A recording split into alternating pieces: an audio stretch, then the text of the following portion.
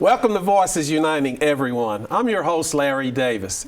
Today we're in ACCTV Studio B at ACC Highland Campus and excited to talk about some of the great work Austin Community College does in loving all our students to success. We do this by creating a true sense of belonging and purpose here. In this show, we bring on different members of our faculty, staff, and students to learn about how they work alongside together, inside and outside the classroom, to help foster belonging and community at the college, increase persistence in student success, and ultimately help everyone start here and get there. We bring brighter futures here at ACC and believe that college is for everyone. We hope to share more about how we do that on this show. Today, my guest is Dr. LaKisha Barrett, an ACC biology professor. She's been at Austin Community College for 3 years and teaches on the Highland campus. She got her Bachelor's of Sciences from West Texas A&M University and a PhD in molecular biology and microbiology from University of Wisconsin-Milwaukee. Welcome to the show, Dr. Barrett. Thank you so much, Mr. Davis. LaKisha, before we dive into our belonging discussion, let's hear a bit about your teaching philosophy, why you decided to become a professor, and why science intrigued you as an area for your career. Perfect. I'm going to start off with my 6-word teaching philosophy: purpose, passion, positivity, connection, reflection, and belonging. I want to make my students feel all of those things when they come into the classroom. And science was a great fit for me because it's logical and it's based on chance happenstances. We call that empirical knowledge. So it's made by accidents. And I want to tell my students and empower them that they can be in the sciences. Oftentimes we talk ourselves away from the sciences. We say, oh, that's too hard for me, or I'm not made for that. And what I really wanted to do was open the world of science to my students around them, and there could be nothing better than actually doing the research that could change everyone's life, and they wouldn't even know that I did it. That is amazing. That's a great example of how we love our students to success. So why, when you could have done this at the university level, did you choose to do this at a community college? Well, actually, I got my start at Amarillo College, and that was the first place that I actually felt some belonging. It was a professor, Dr. Steve Dutton, who told me, I won't write you a letter of recommendation for nursing school because you're going to do something more. And it was only until then that someone actually opened up my mind to the potential, and I loved it so much. It was the community, it was the wraparound support services, it was feeling a sense of belonging and a calling. I think going back to that first question you asked me, why do I do this? It's a vocation. I feel like it's something that I need to share and do, and bringing it back to the community college means that we get to transform generations of lives. That is why community college is so powerful. We're helping adult learners, we're helping moms, we're helping dads, we're helping everyone in between come and find something that can make a difference in their life. I could do it at university level, I could do the research, but I would not feel the impact, nor would I feel that calling like it really happens here at Austin Community College, where I can love my students to success, I can put that purpose and passion, I can connect them with the subject matter, and I can truly love them for everything they bring into the classroom, all of their cultural wealth, all of their experiences, and everything that they want to be. You know, we have as a part of our theory of change that a culture of belonging in combination with supplying basic needs, helping students get off to a great start, that equals a successful completion rate. And that all comes back to belonging. So, when did you first get involved with belonging work at the college? And in telling us a little bit about that journey, why is it important to you as a faculty member? I'm going to take us back to 2020 when I first started here at ACC, and around that time there was a lot of inflammation, if you will, in our community by different things happening. And at that time I decided that I wasn't going to stand back, I was going to be actionable with it. So I actually found you in my very first training session where you introduced me to Clifton Strengths. And before then I didn't actually know what my cultural well-being would be so uplifted when I actually knew more about myself, that I have woo, that I have positivity, that I'm a learner, that I'm an achiever, and I have connectedness. And thinking thinking, especially after George Floyd, what happened with him, how I really needed to bring in those aspects of community, and that led me to do things like culturally responsive teaching and having inclusive conversation and inclusive classroom teachings for my faculty in biology, and then that led me to the college in whole. And then here I come to the next step, and now I'm actually the Associate Dean of Belonging and Purpose in Teaching and Learning, and I couldn't be happier in this role. It's a way that I get to love faculty to success, I get to love students to success, we get to talk about the importance of cultural belonging and actually evidence-based practices mixed with data. So it's like I get to bring in my scientists, I get to bring in my heart, I get to bring in community, and I get to stand in the gap for those who really do need me to be a voice for them until they find their own voice to bring in the classroom.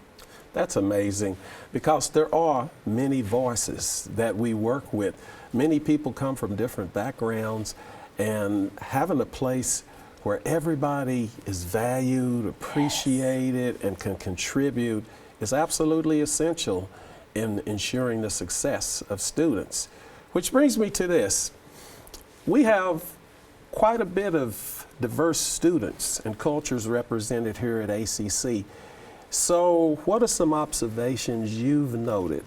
Maybe some challenges, or maybe some positive achievements from our diverse student population? I think what our students teach me every day is that I don't know.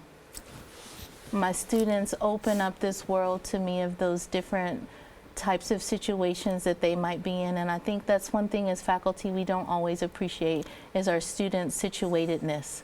Like, where are they coming from? What kind of things are they struggling with? Because we have a large population of students who not only are food insecure, but housing insecure, and living in the Austin area, they're facing lots of different struggles that we might not even feel.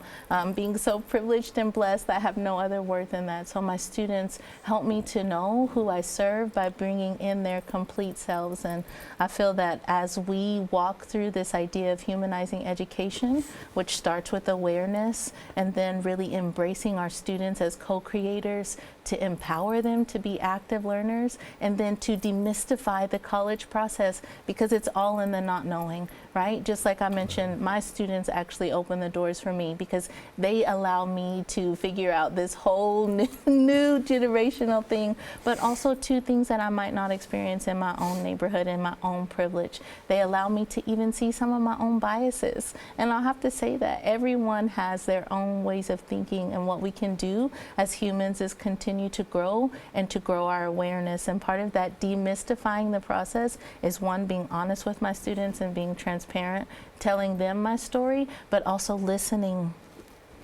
I have to let that hang in the air, listening to what my students say so that I can continue to grow as an educator. We don't have the same students that we did 20, 30, 40 years ago. Right. Our students are changing, right? They want more, they're different. We have those students, especially in community college, that fall between those gaps. You know, our primary student now is a student of color, right? And the ones that are missing are students of color as well too. So how do we bring in everyone is by really centering in on that community, on that belonging. And there's a difference between being and belonging. Yeah? So being my authentic self, bringing all of my cultural wealth into the classroom, and also feeling that belonging when I get in there. So I feel that our students bring so much to the table that we can learn from, but also that we need to support them with, because you can't learn if your Maslow's needs are not taken care of, and we need to make sure they climb the Bloom's taxonomy ladder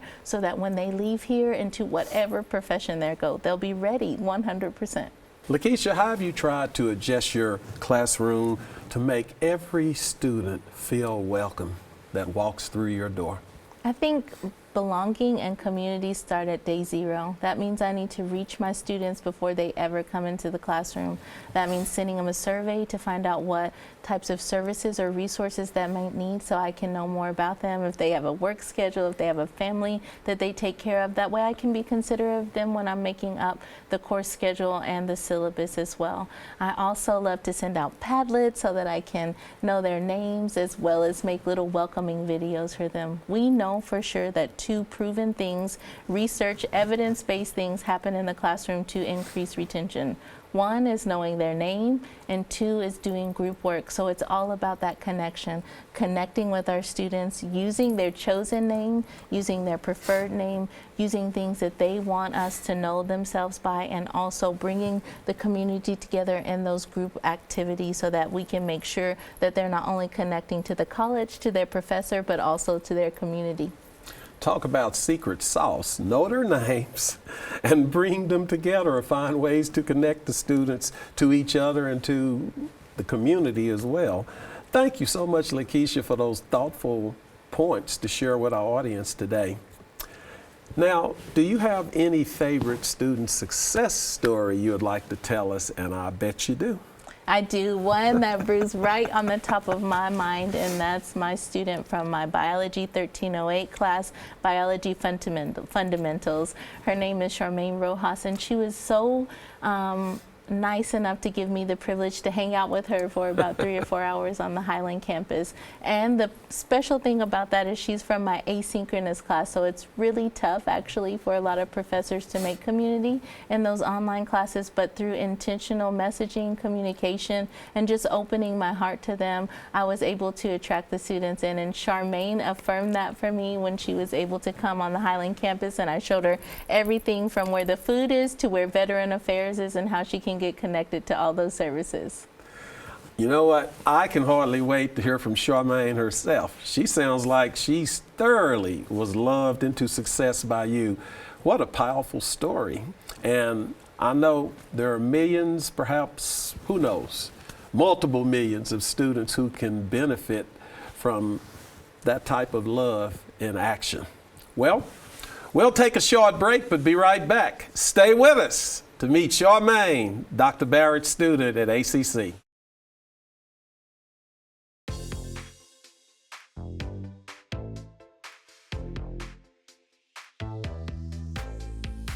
Austin Community College is the epicenter of discovering your purpose and your passion right here at the Make It Center.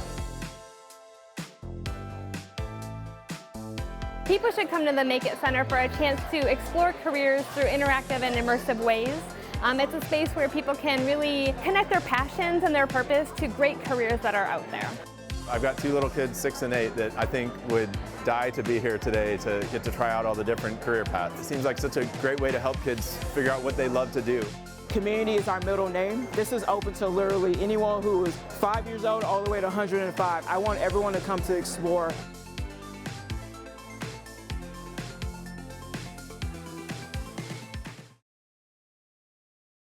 Welcome back to Voices Uniting Everyone with my guest, Dr. LaKisha Barrett, and now her student, Charmaine Rojas, who comes to the Highland campus where she's a General Studies and Pre-Health Science student.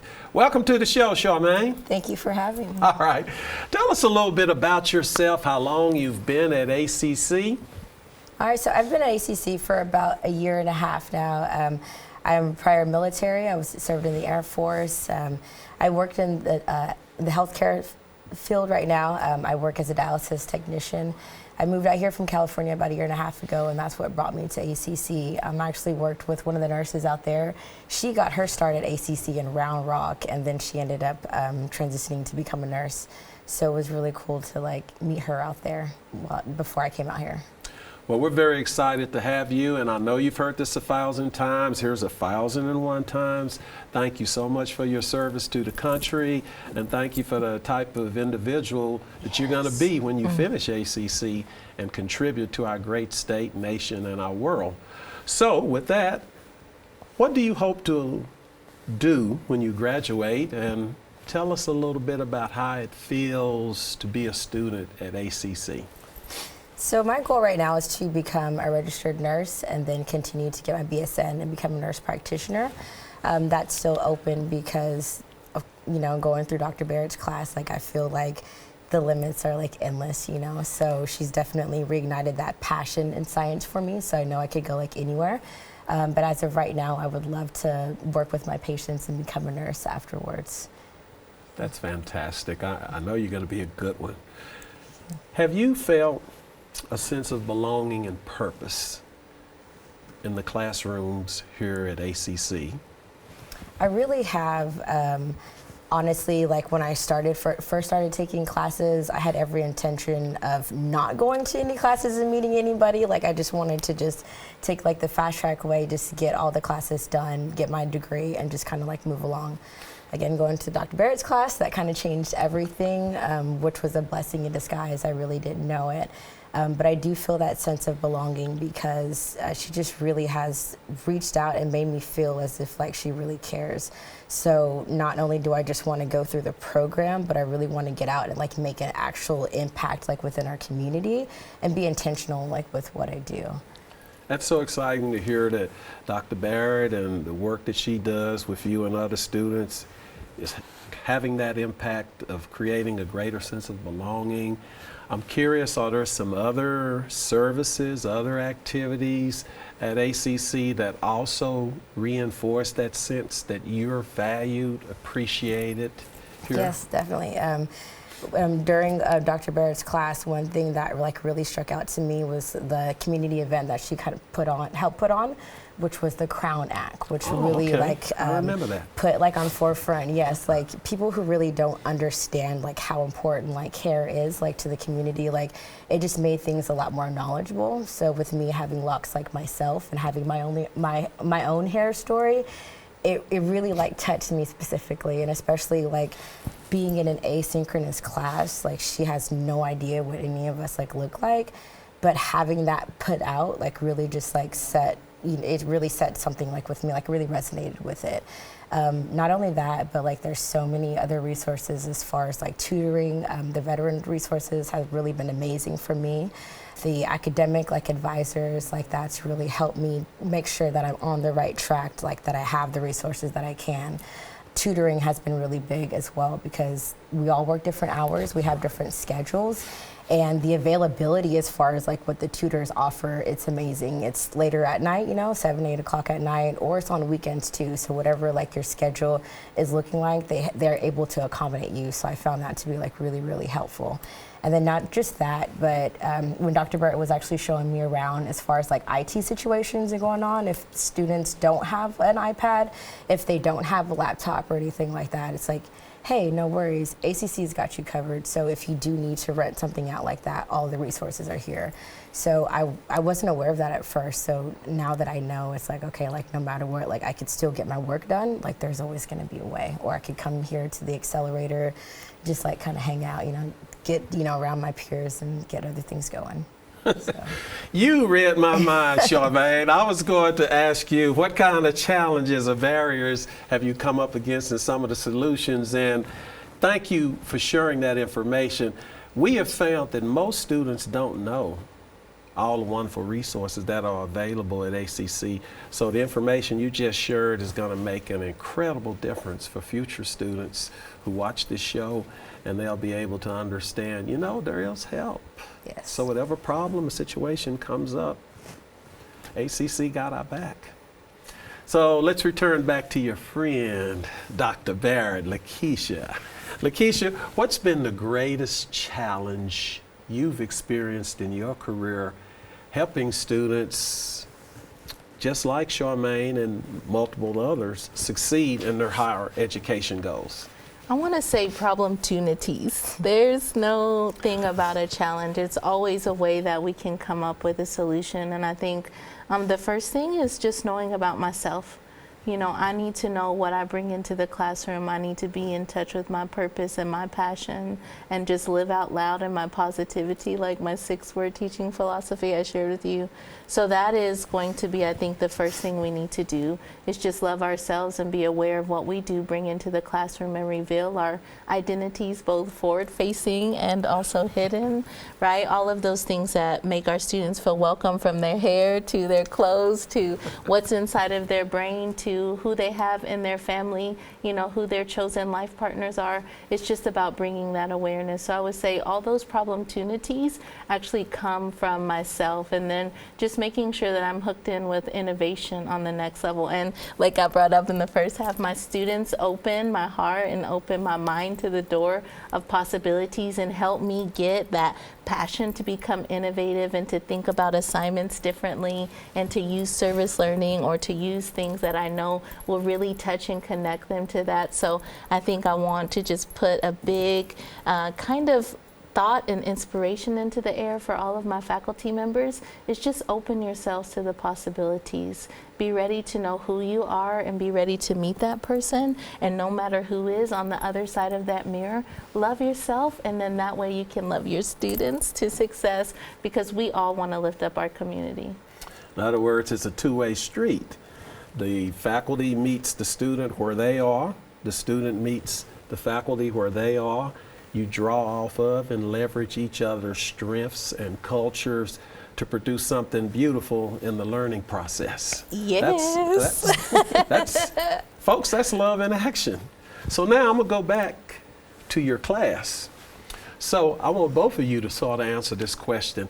What made it special for you, Charmaine? What made it special for you, the way you two worked together in that class? And were there, in addition to just going over the subject matter, were there any other things, events that you did together that made it such a wonderful connection between the two of you? Who's gonna go first, right? No, I will say this. Having that asynchronous class after 2020 and COVID, and really joining where I felt a little bit of unbelonging just because I wasn't around my faculty, I weren't around my peers or my students, that did give me some trepidation getting back into that mode of teaching. But then I just started sending out memes and making videos and doing everything that I can do in order to just let you know that I'm here, that it's not just a computer, it's not just a module, it's not just Blackboard, right?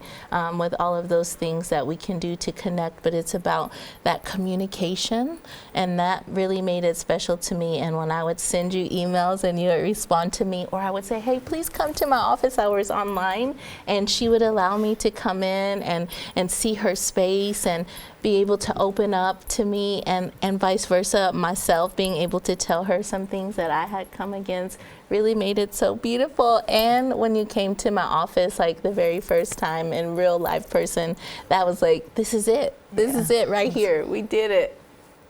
Absolutely. I would say, like, for me, going through the class, like, just the very beginning, when you put out those videos, like, I could feel your spirit and your intention and your positivity through the videos. And so that was the first thing. I was like, okay, wait, she's actually, like, seems like a really good professor. Like, she wants to do more than just get the information out there, get us through the class. Like, she wants to know and engage. And so there's things, the memes and the jokes, that was hilarious. My partner and I were laughing. She was like, what is that? And I was like, that's my professor. As far as, like, the memes and everything. But just, you reignited, like I think I touched on earlier, but the passion for science. So like, science can be such a daunting subject sometimes. It can be a little bit scary.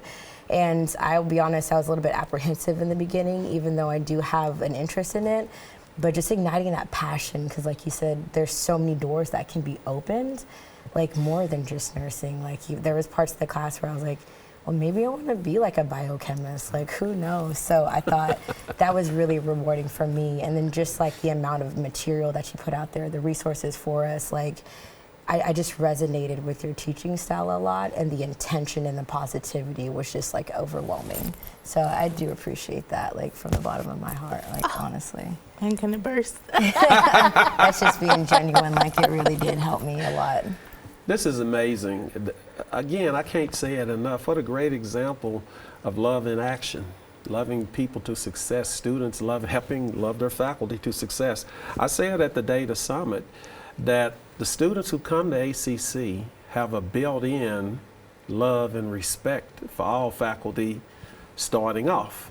And so if that love was returned by the majority of the faculty, what an amazing outcome. And that's going to happen because most of our faculty, as well as most of our students, are in this spirit, in this mode that we're talking about today. So I got one last question before you as we come closer to the end of today's show. And that question is, what can we as students and faculty at ACC do to keep helping everyone who's engaged with this institution feel valued, connected, a sense of belonging, in other words? What can we do? I think it helps with just starting with being intentional with what you're doing. You know, I believe that putting on those events like for the community to raise that awareness, like that helps engage so many students and so many other people. Like you said in the beginning, if there was like a welcome day with the department, I would like to go to that, you know. So if there's something like that in the future, I think that would be good for future students. And just so like they know what resources they have, like just visiting with you alone, like you hear of all the things that ACC has to offer, but I think until you see it with your own eyes and it's like, oh, okay, like this is tangible, like this is something that I actually like have like resources to be able to access, that put it like all together. So I think just continuing to be intentional like with what you do, putting all that information out there, and like you said, it takes also students, you know, to be responsive and to give like that back, that feedback to you guys. It's going to be beneficial. All right. I think let's just keep connected. Let's just keep together. I want to, as I mentioned in my associate dean role, it's really on my heart to allow for faculty to know just how impactful they are. I think sometimes we don't always see all the specialness about us, and that's what I want everyone to feel, that they can resonate with things that are not only part of their subject matter expertness, but also who they are on a personal level. So how can we bring both of those things together? And that goes from the staff to the faculty to the deans, the department chairs to our administration. That brings all of us together. We need to be able to see these people who we serve with. We need to be able to love them and have community like we did at the Data Summit, like we will have at these future events, like when we have our River Bat festivals. That's how we're going to continue to bring each other together and also closer. And when we learn, that opens our awareness, like no matter if it's the Crown Act or no matter if it's another thing that's important to our students, whether that be from Ramadan to Dia de los Muertos to whatever those holidays and celebrations are, we need to continue to be intentional. We need to continue to love, and we need to continue to share. Wow.